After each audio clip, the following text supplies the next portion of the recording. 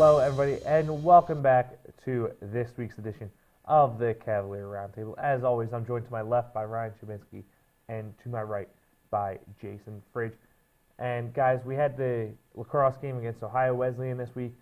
I thought the team looked okay out there. Could have been a little bit better, not exactly the standard. But Ryan, we'll start it off with you. How do you think they looked in the field? They didn't look too bad. Again, they suffered from the issue of they play down to teams that are significantly not as good as they are.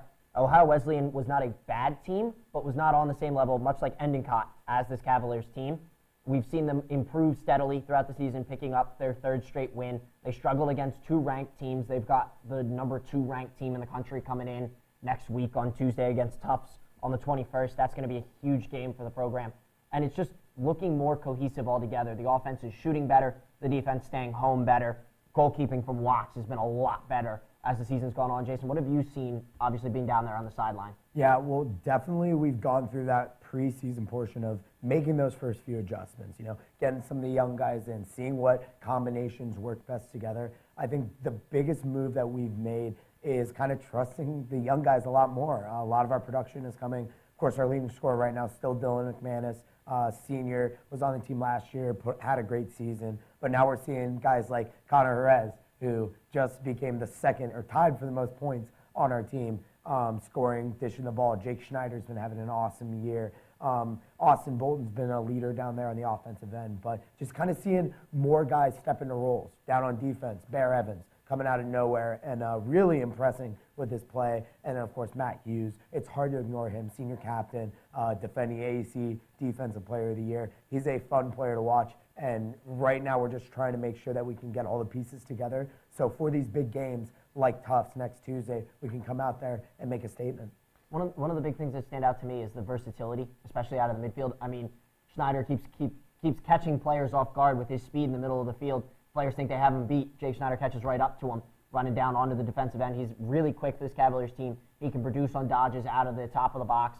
And then Connor Jerez off the wing. I mean, what is there to say about that guy? He came out of nowhere, inserted himself after a little bit of controversy into that starting lineup, and has just taken over. I mean, defending AEC Offensive Player of the Week, there's nothing that kid can't do right now. And I think the other guy on offense who's really changed our squad, Matty Vanneman, coming out of the midfield, he gives us a 3 lefty look, which it's really rare to find a team where you have 3 solid lefties you can throw on the field at all times. He's great coming over the top on sweeps. And in the past few games, he's been learning how to take some college hits against Endicott. I believe he had 4 goals, and on 2 of them, he got absolutely blown up on them. But he's just a spark plug, guy who can get a nice play. I think he had 2 goals against Ohio Wesleyan. Like I said, 4 against Endicott. Really came on the scene against Hampton-Sydney. So lots to look forward to from the future of our offense, our defense, our rope unit, everyone in between. And we're starting to click a little bit more. Have a huge game coming up against DeSales. And that's another kind of team that we got to see what squad shows up. Are we going to play down to their level, or are we going to go and kind of make a statement going into one of the biggest games on our schedule? Yeah, so I kind of want to go into that Tufts game a little bit. You got Tufts and DeSales, like you just brought up. Jason, we'll actually start with you on this one. What do you think the team needs to do to prepare for a team like that? Well, Tufts, the biggest thing about them is they know how to fill the net up with goals. They have one of the best, most high-powered offenses in the country. They're averaging around 25 goals a game, and our highest goal total so far this season has been 18. So really it's going to be about understanding our defense has to play the game of their life to kind of mitigate that number, and then our offense has to go out and produce. That's kind of been where we've struggled a little bit. Our defense is really solid, and our offense can sometimes lull back, understanding that, we'll get a couple good saves or nice cost turnovers from our starting poles. But against this Tufts team, we're really going to have to take advantage of opportunities, play fast, outpace them, because they are a fast team. So we're going to have to kind of play our game, control everything. The ball's really in our court. We have the home game Tuesday night under the lights. It's going to be about how we come out and attack them and mitigate all the threats that they will bring to the field. I think the biggest thing for me is off-ball movement on the offense especially. You see a lot of times guys standing flat-footed on the far wing, not expecting to get the ball. That's something that both Dickinson and then Lynchburg did very well, was getting their guys open on the backside, moving, curling from X, being open for that skip pass across for the shot. And if the Cavaliers can do that, then I think we've got a great chance to beat this Tufts team, make them chase stick, make them slide early, see double teams and move the ball quickly to the open man. Because if you're getting doubled, somebody's open. So just making the smart moves, understanding the fact that, DeSales is going to come in here, or not DeSales, excuse me. Well, DeSales will come in here fired up, but Tufts especially comes in here fired up, ranked number 2 in the nation right now. They are a team that is on a roll, and this Cavaliers team is a real shot to show them what's up and show them that this is a gritty Division III program that can play with the big dogs. So switching gears just a little bit here, walking up the hill to the softball field. What have you guys seen out of them this year so far that you've liked at 7-4? I mean, they are getting production. This is what they're getting hits. They're getting runs. 7-4 is okay. They struggled today, unfortunately, against Haverford. Dropped both of those games. They looked a little sluggish coming out, but they've been hitting the ball well, it seems like, throughout the season. And they need to continue to do that. Only playing 7 innings doesn't give you a whole lot of time to make up if you fall in a deficit. So getting ahead early, getting good pitching from your starters, going deep into the game, that's the key, much like it is in baseball. And they have a pretty experienced roster for a team that only has one senior, Avery Burns. But coming out of their Florida spring break trip, they left 7-3, and they had 2 really big wins that they got under their belt. Messiah, which was a 2-win team in the NCAA tournament last year in the regional round, and then Bridgewater, who they kind of stole a game 2-1 in extra innings, and it really went down to the wire. They got some big competition down in Florida, and I was talking with Coach Protesto for a article on the Local, which you guys can check out.